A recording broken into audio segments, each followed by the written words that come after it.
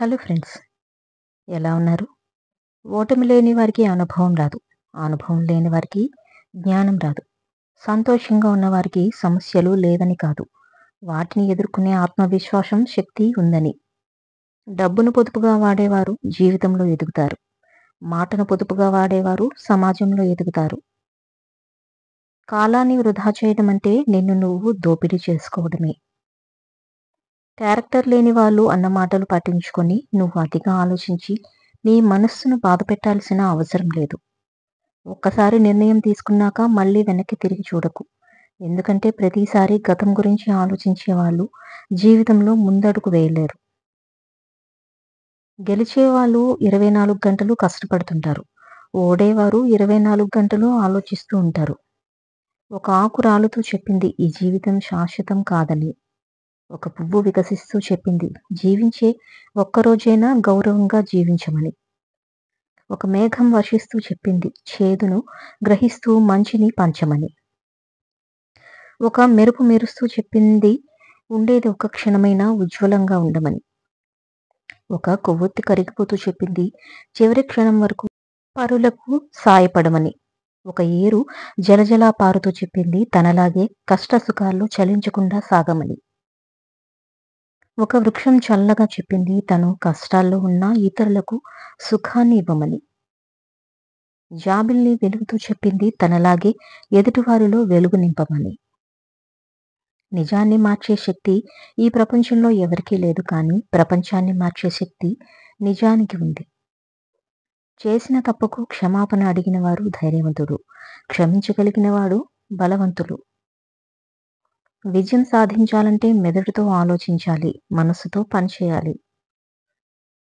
ప్రతి గాయం ఒక అనుభవాన్ని నేర్పిస్తుంది. ప్రతి అనుభవం ఒక కొత్త మార్గాన్ని చూపిస్తుంది.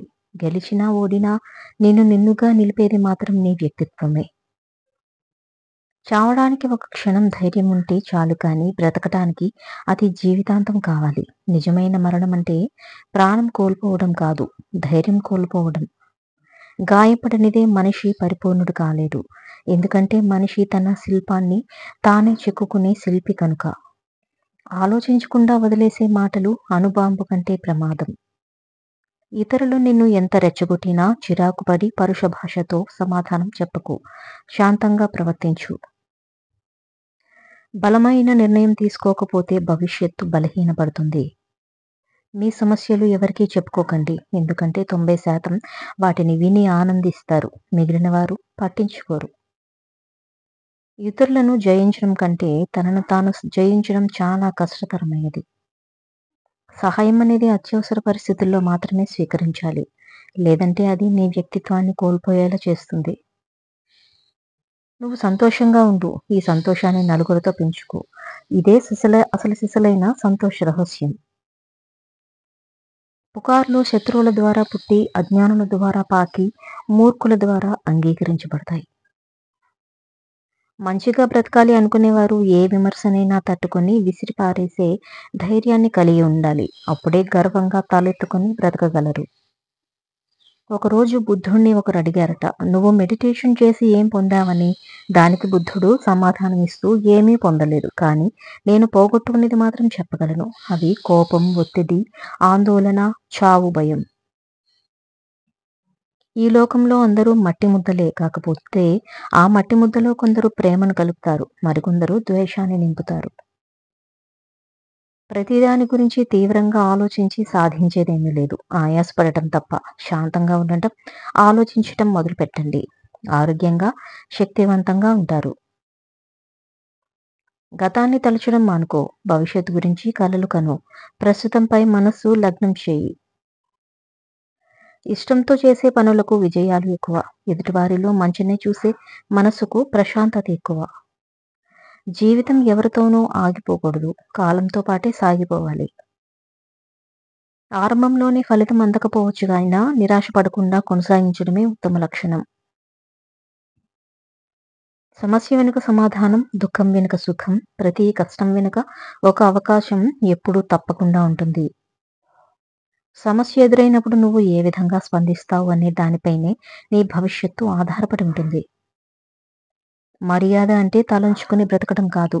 తలదించుకునే పరిస్థితి తెచ్చుకోకుండా బ్రతకడం.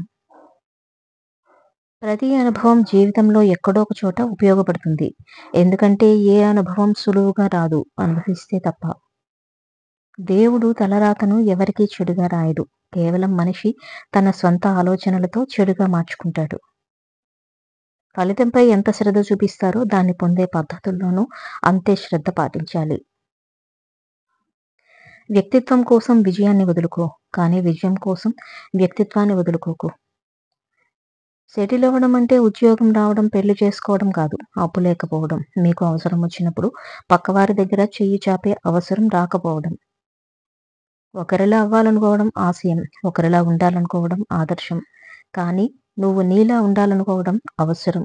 అది నువ్వు గుర్తించగలగడమే అవకాశం. సముద్రం మీద వచ్చే అలలాగా కాకుండా సముద్రమంత లోతుగా ఆలోచించు. విజయం తప్పగా వరిస్తుంది. మనిషి మంచివాడు కావాలంటే మంచి పనులే చేయక్కర్లేదు. ఎదుటివారి గురించి చెడుగా మాట్లాడకుండా ఉంటే చాలు. మాట్లాడే మాటలు న్యాయంగా అయినా ఉండాలి, లేదా నిజంగా అయినా ఉండాలి. తప్పులు కప్పిపుచ్చుకుంటే మీ మనస్సాక్షికి మీరే జవాబు చెప్పాల్సి వస్తుంది ఏదో ఒక రోజు.